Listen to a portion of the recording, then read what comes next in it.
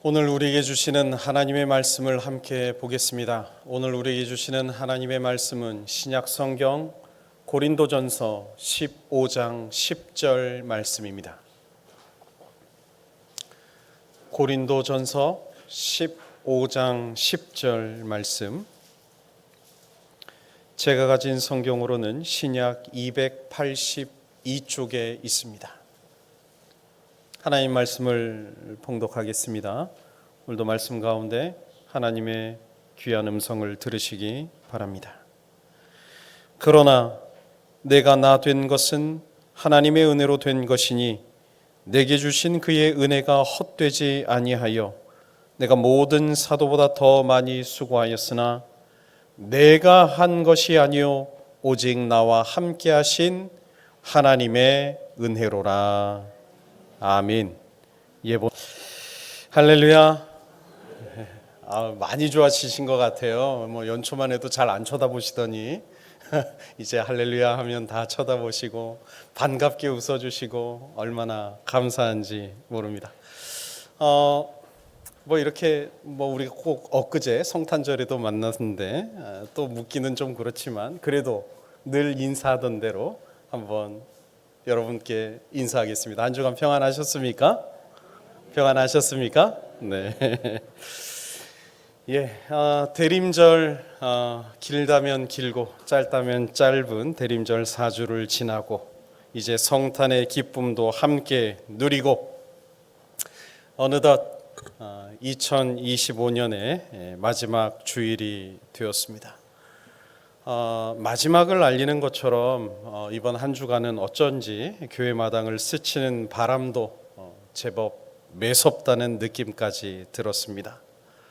우리 성도 여러분들은 오늘 이 마지막 주일에 하나님을 예배하기 위해 교회로 나오시면서 교회로 발걸음을 옮기시면서 여러분 어떤 생각으로 나오셨습니까? 저는 이 강단에 올라오기 전에 마지막으로 제 책상 위에 달력들, 지나온 달력들을 한 장 한 장 넘겨 보았습니다.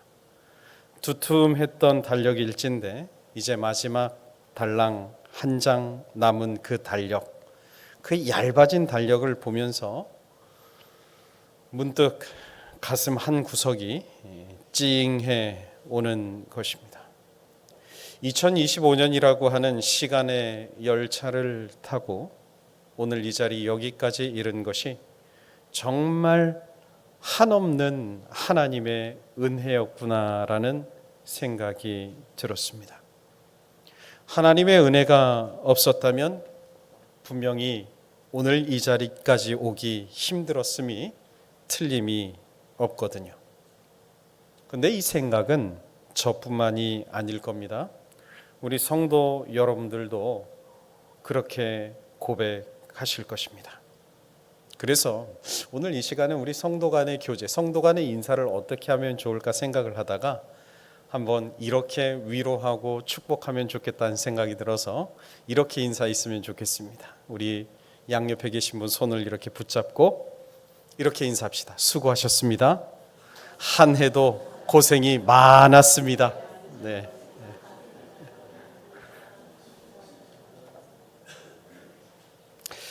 여러분 잠시 눈을 감고 지난 1월 1일을 떠올려 보시겠습니까? 그때 우리는 참 많은 기대를 품었습니다. 2025년 한 해는 좀 다르겠지. 올해는 우리의 삶이 좀 나아지겠지. 올해는 경기도 좀 풀리겠지. 우리 가정에, 우리 교회에, 우리 일터에 웃을 일이 많았으면 좋겠다. 아마 여러분 모두가 그런 부푼 기대와 설렘을 가지고 2025년이라는 시간의 열차에 오르셨을 것입니다. 그런데 여러분 우리 솔직하게 한번 속마음을 터놓고 이야기해 봅시다. 지난 1년간의 여정이 마치 창밖의 아름다운 풍경을 즐길 만큼 평탄하지만은 않으셨을 겁니다. 우리의 삶의 길이, 기찻길이 때로는 덜컹거리는 자갈밭 같았을 것이고요. 때로는 앞이 전혀 보이지 않는 캄캄한 터널도 지나셨을 것입니다. 그래서 이 자리에 계신 누군가에게는 2025년이 상실의 해였을는지도 모르겠습니다. 건강을 잃고 병원의 문턱을 드나들어야 했던 분들도 계십니다. 또 누군가에게는 실패의 쓴 잔을 마셔야 했던 해였을 수도 있습니다. 여러분의 계획했던 일들이 뜻대로 되지 않아 아마 지금도 밤잠을 설치시는 분도 계실 것이고, 자녀 손주의 문제로 남몰래 눈물을 훔치며 기도하셨던 분들도 계실 겁니다. 그래서 어떤 분은 목사님, 저는 올해가 너무 힘들어서 그냥 빨리 지나갔으면 좋겠습니다, 그렇게 말씀하고 싶은 분도 계실지 모르겠습니다. 그러나 여러분, 지금 옆에 앉아 계신 분들을 한번 보십시오. 그리고 또다시 여러분 자신의 거친 손을 한번 내려다 보십시오. 우리는 지금 여기에 있습니다. 그렇게 모진 상황, 모진 비바람과 거친 파도와 캄캄한 터널을 지나서 올해의 마지막 주일, 이 거룩한 예배의 자리에 앉으셨습니다. 도대체 어떻게 이것이 가능했을까요? 저와 여러분의 의지가 강해서 그랬을까요? 우리의 운이 정말 좋아서 그럴까? 아닙니다. 서두에 말씀을 드린 것처럼 하나님의 은혜로 여기까지 이른 줄 믿습니다. 그래서 저는 오늘 여러분과 함께 우리가 이 험난했던 2025년을 어떻게 건너올 수 있었는지 성경 속 믿음의 선배들의 이야기를 통해서 그 비밀과 교훈을 발견해 보고자 하는 것입니다. 첫 번째로 이 말씀으로 초대하고자 하는 믿음의 선배는 저 멀리 광야에 서 있는 노인 모세입니다. 사진을 보여주겠어요? 여러분, 제가 실력이 늘었습니다. AI로 만든 사진입니다. 모세의 이미지입니다. 광야에 홀로 서 있는 노인 모세. 저 얼굴과 저 손과 저 발을 한번 보십시오. 구름 기둥과 불 기둥도 한번 보십시오. 뙤약볕이 내리쬐는 사막 한가운데에 지팡이 하나에 의지해 서 있는 80세 노인의 모습입니다. 여러분, 모세의 40년 광야 생활이 어땠을까요? 모세의 광야의 생활. 우리는 흔히 홍해가 갈라지는 기적을 생각합니다. 만나가 내리는 신비만을 기억하지만 저는요, 아무리 생각하여도 저 80세 노인의 모세, 저의 일상이 정말 지옥과 같은 현실이었을 것이다 라고 생각을 합니다. 일단 눈만 뜨면 저기 보십시오. 보이는 것이 끝없는 모래와 바람일 뿐입니다. 아무리 둘러보아도 마실 물이 없는 광야입니다. 그럼에도 불구하고 조금만 목이 말라도 200만 명이 넘는 백성들이 몰려와 모세를 향해 아우성쳤습니다. 모세야, 당신이 우리를 죽이려고 이 사막 한가운데로 데리고 왔는가? 물을 내놓아라. 먹을 것을 내놓아라. 모세는 출애굽 현장의 지도자로서, 그리고 그 민족을 이끄는 리더로서 그 짊어져야 할 책임감이 천근만근이라는 표현으로는 부족할 지경이었던 것입니다. 그래서 모세는 매일 밤 천막에 들어와 쓰러지듯 누우면서 하나님 앞에 이렇게 탄식하였을 것입니다. 주님, 저 너무나 힘듭니다. 주님, 이 짐이 제게 너무나 무겁습니다. 차라리 저를 데려가 주십시오.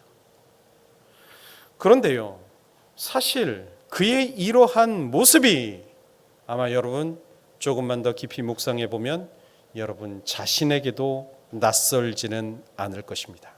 왜냐하면 바로 모세의 그 고민과 그 아픔과 그 애통함이 2025년을 살았던 우리 성도 여러분의 삶의 모습과 같거든요. 하나님 힘들어요. 하나님 하루하루 지내는 게 왜 이렇게 힘든지 모르겠어요. 우리 김경남 장로님, 아픈 집사님 돌보고 가업을 돌보며 많이 힘드셨죠. 고생하셨습니다.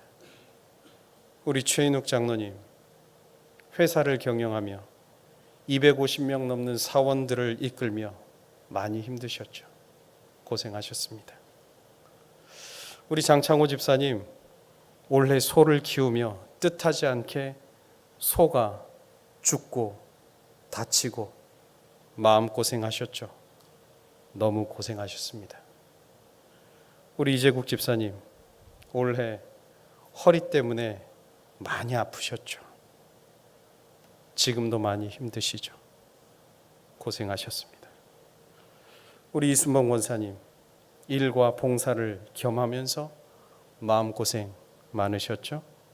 허리도 아프신 거 너무 고생하셨습니다. 우리 장영진 장로님, 김상임 전사님, 몸도 많이 약해지셨는데 여러 어른들을 섬기느라 체력적으로 영적으로 많이 힘드셨죠. 애 많이 쓰셨습니다.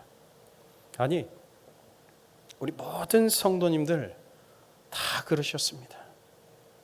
광야에 서 있는 것처럼 그렇게 힘들었습니다.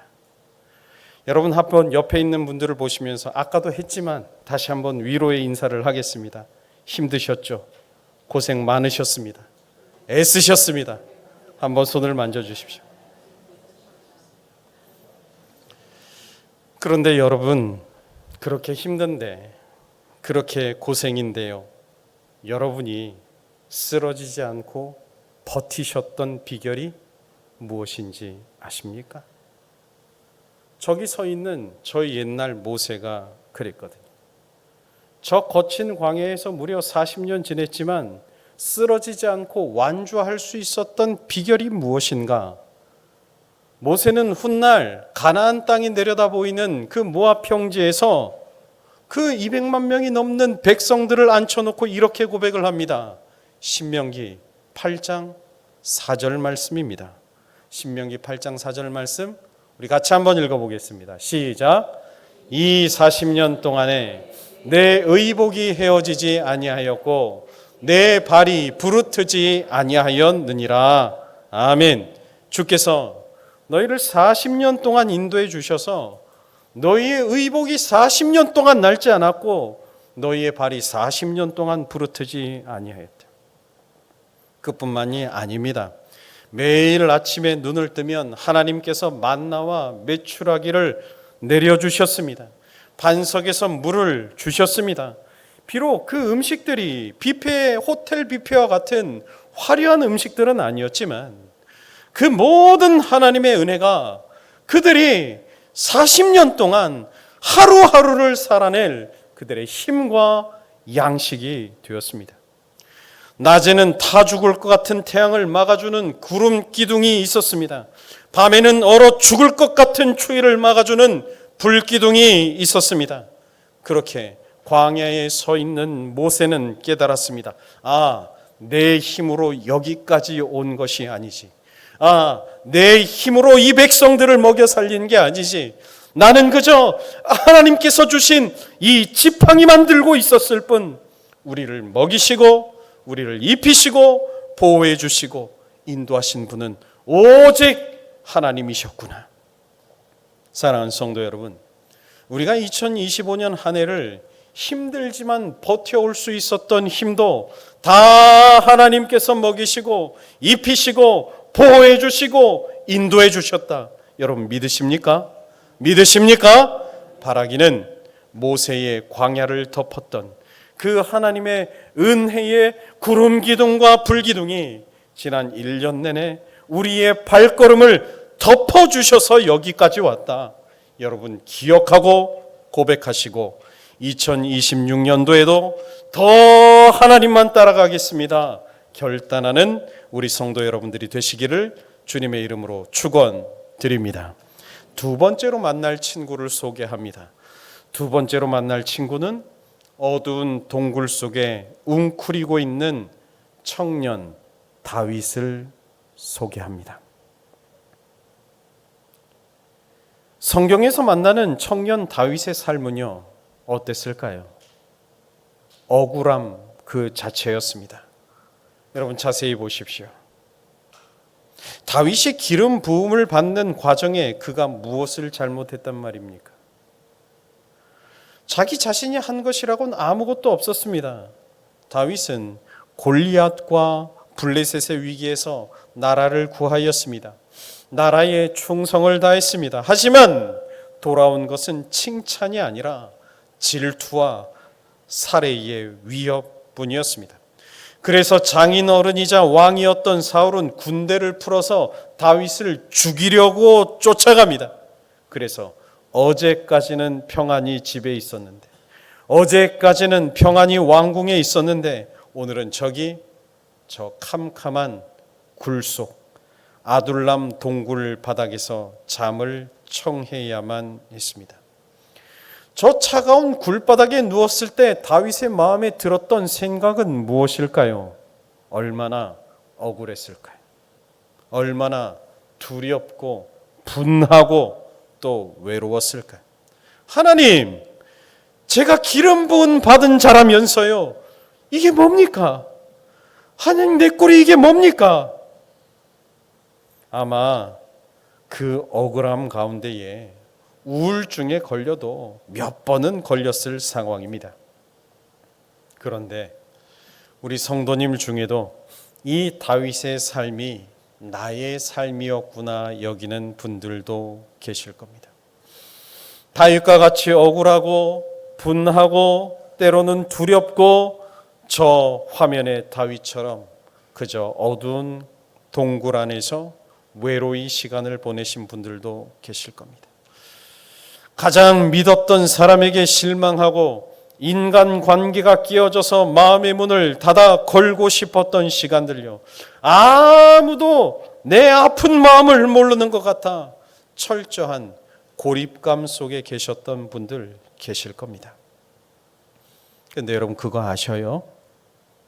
다윗의 인생에서 가장 주옥 같은 시편들은 편안한 왕궁에서 나오지 아니하였습니다. 저렇게 춥고 어두운 동굴 바닥에 누울 때에, 광야에서 도망 다닐 때에 그에게서는 가장 아름다운 시편의 고백이 일어났다는 사실입니다. 여호와는 나의 목자시니 내게 부족함이 없으리로다. 내가 사망의 음침한 골짜기로 다닐지라도 해를 두려워하지 않을 것은 누가 함께 하심이라? 주께서 나와 함께 하심이라. 다윗은 저 깊은 동굴의 어둠 속에서 빛이라고는 조금도 나오지 않는 그 캄캄한 속에서 비로소 나의 목자가 되시는 주 하나님을 만나게 된 것입니다. 세상 사람들이 다 내게 등을 돌렸지만 결코 하나님만은 나를 버리지 않으시고 나를 붙잡고 계시고 내 곁에 계시다는 것을 저 자리에서 뼛속 깊이 체험할 수 있었다는 것입니다. 나아가 하나님은 저 외로운 다윗에게 저 주위에, 저 사진 속에 있는 저 주위에 상처를 입은 사람 400명이나 붙여주셔서 그에게 새로운 가족 다윗의 공동체까지도 만들어 주셨습니다. 사랑하는 성도 여러분, 비록 이 2025년이 내게 눈물의 골짜기 같았다 여겨지더라도 우리가 그 눈물이 있었기 때문에 목자 되신 하나님이 나를 더 꽉 붙잡고 계셨음을 기억하시기 바랍니다. 나아가 2026년에도 그 목자 되신 주님이 나를 항상 붙잡고 계시고 나를 위로하시고 외롭지 않게 하시고 힘 주신다. 믿음으로 힘차게 일어서는 우리 성도 여러분들 모두가 되시기를 주님의 이름으로 축원드립니다. 마지막 세 번째로 만날 친구를 소개합니다. 그는 화려한 이방 땅의 도시 바벨론에 살았던 다니엘이라는 친구입니다. 사진 보여주실래요? 다니엘이 살던 곳은 하나님을 전혀 모르는 세상의 한복판이었습니다. 다른 우상들이 판을 치던 세상이었습니다. 그곳은 기독교 신앙을 위협하는 세상이었습니다. 그래서 거기서 신앙을 지킨다며 산다는 것은 곧 자신의 목숨을 걸어야만 하는 그런 상황이었다는 것입니다. 정직하게 일을 하면 일을 할수록 주변의 모함과 위협이 더 거세지는 환경이었던 것입니다. 왕 외에 다른 것에게 절을 하면 사자굴에 집어 던지겠다. 여러분, 이건요 단순한 협박이 아니었습니다. 완벽한 사회적인 매장이었고 실제적인 죽음의 공포로 다가온 것입니다. 다니엘이라고 어떻게 타협하고 싶지 않았을까요? 타협하고 싶었을 겁니다. 아유, 창문 좀 닫고 기도하면 어때? 그런 생각 들었을 겁니다. 아이고, 속으로 기도하면 되지 뭐. 굳이 티낼 필요 뭐 있나? 여러분이 이 이야기를 우리 삶에 적용해 보십시오. 우리네 직장 생활, 우리 학교 생활, 사회 생활이 딱 그렇지 않을까요? 올 한 해 여러분은 세상의 방식과 교회의 방식, 곧 하나님의 방식 사이에서 여러분 얼마나 많은 갈등을 하셨습니까? 술자리 문화, 부정직한 관행, 주일 성수의 문제, 믿음을 제대로 지키자니 여러 손해와 여러 비난들을 감수해야 할 것 같고, 또 거기에 타협을 하자니 하나님 앞에서 양심이 찔리는 그 줄타기 속에서 때로는 타협하기도 하고 때로는 넘어지기도 하면서 여러분 많이 힘드셨죠. 그런데요, 저 성경 속 다니엘, 여러분 다니엘은 과연 어떻게 했을까요? 다니엘서 6장 10절 말씀입니다. 우리 같이 한번 읽어보겠습니다. 시작. 다니엘이 이 조서에 왕의 도장이 찍힌 것을 알고도 자기 집에 돌아가서는 윗방에 올라가 예루살렘으로 향한 창문을 열고 전에 하던 대로 하루 3번씩 무릎을 꿇고 기도하며 그의 하나님께 감사하였더라. 아멘. 다니엘은요, 내용인지 그렇습니다. 다니엘은요, 저 창문을 열고 하나님 앞에 절하여 기도하면 죽는다는 거 알았다는 겁니다. 그 죽는다는 그 조서에 왕의 도장이 쾅 찍힌 것을 알았다는 겁니다. 그럼에도 불구하고 예루살렘을 향한 창문을 활짝 열었습니다. 하루에 3번 살아계신 하나님께 감사의 기도를 드렸습니다. 하나님이 나의 주신 주인 되셨다라는 것을 모든 사람들에게 알리며 고백하며 살았습니다. 여러분, 그 결과가 어땠을까요? 그 결과가 어땠을까요? 아까 그림의 그 다니엘처럼요. 다시 그림 보여줄래요? 아까 그림의 다니엘처럼 사자굴에 갇혀버렸습니다. 예, 세상은요 너무나 냉혹해서 믿음을 잘 지키려고 하는 그를 여러분 정말로 사자굴에 던져버립니다. 세상은 그렇습니다. 세상은 그렇습니다. 예수를 믿으면 손해보게 되어 있습니다.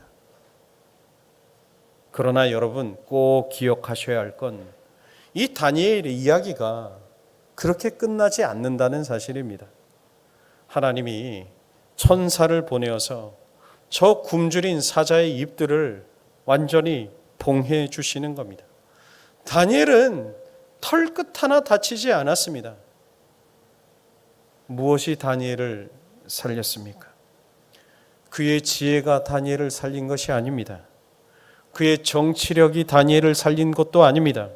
오직 살아계신 하나님을 향한 마음이요, 하나님을 향해 늘 활짝 열어두었던 기도의 창문이요, 그에게 이루어진 놀라운 기적이 오직 다니엘의 믿음을 보시고 역사하신 하나님의 놀라운 개입으로 인하여 이루어졌다는 사실입니다. 사랑하는 성도 여러분, 올 한 해 여러분 삶의 자리에서 여러분의 믿음을 지킨다는 거 참 쉽지 않으셨죠.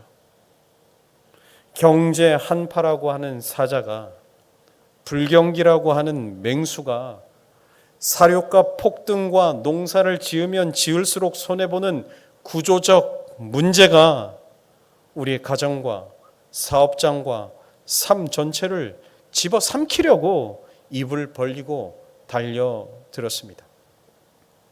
하지만 여러분, 놀라운 사실은 우리는 거기에 먹히지 않았습니다. 끝날 것 같은데 다시 일어설 수 있었습니다. 무엇 때문에 그런지 아십니까? 어떻게 해요?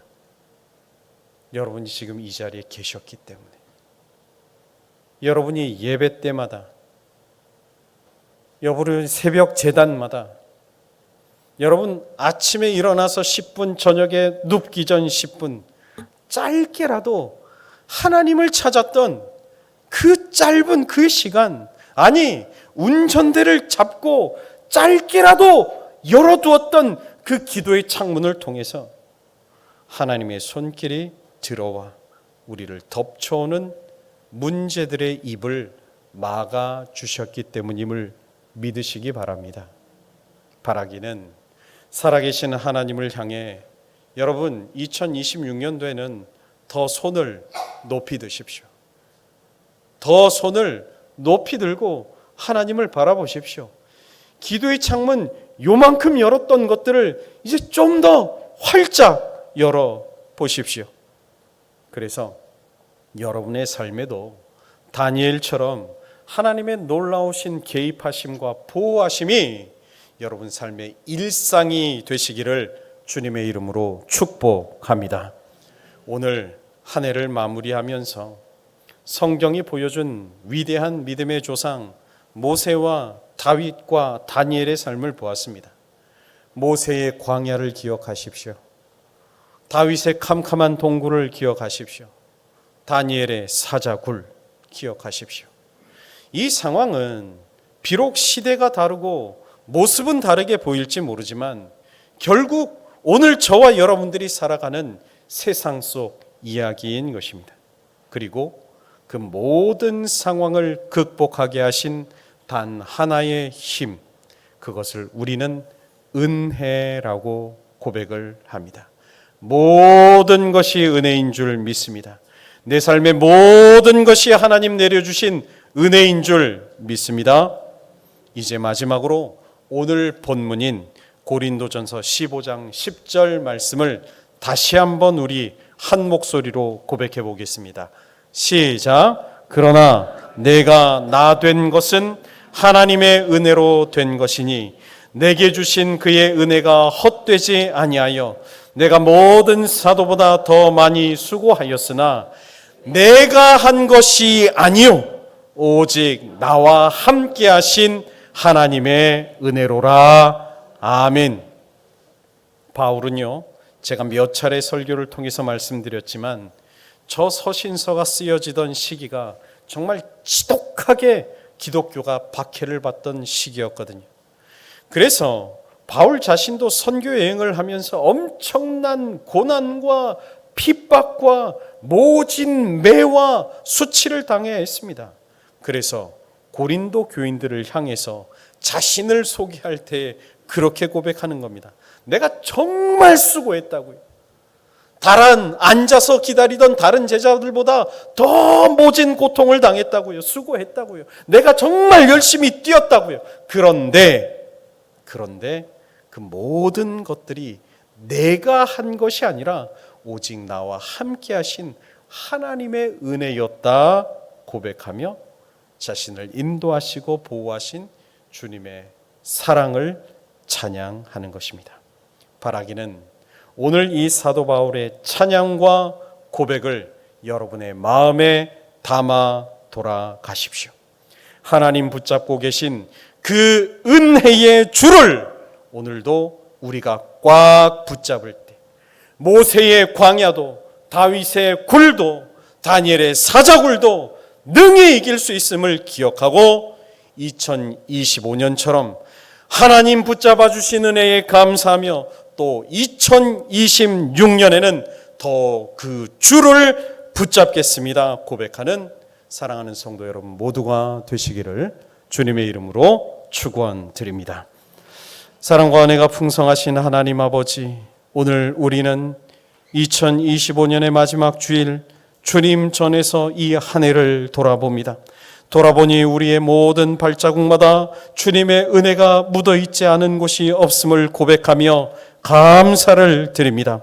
광야와 같은 시간, 동굴과 같은 어두움, 사자굴 같은 위기 속에서도 우리를 고아와 같이 내버려 두지 아니하시고 불기둥과 구름기둥으로 세미한 음성으로 능력의 팔로 우리를 안아주신 은혜에 감사를 드립니다. 때로는 힘들어서 주저앉아 울고 있을 때, 믿음이 약하여져서 흔들릴 때도 있었지만 그때마다 저희의 손을 놓지 않으시고 여기까지 인도하신 에베네셀의 하나님을 찬양합니다.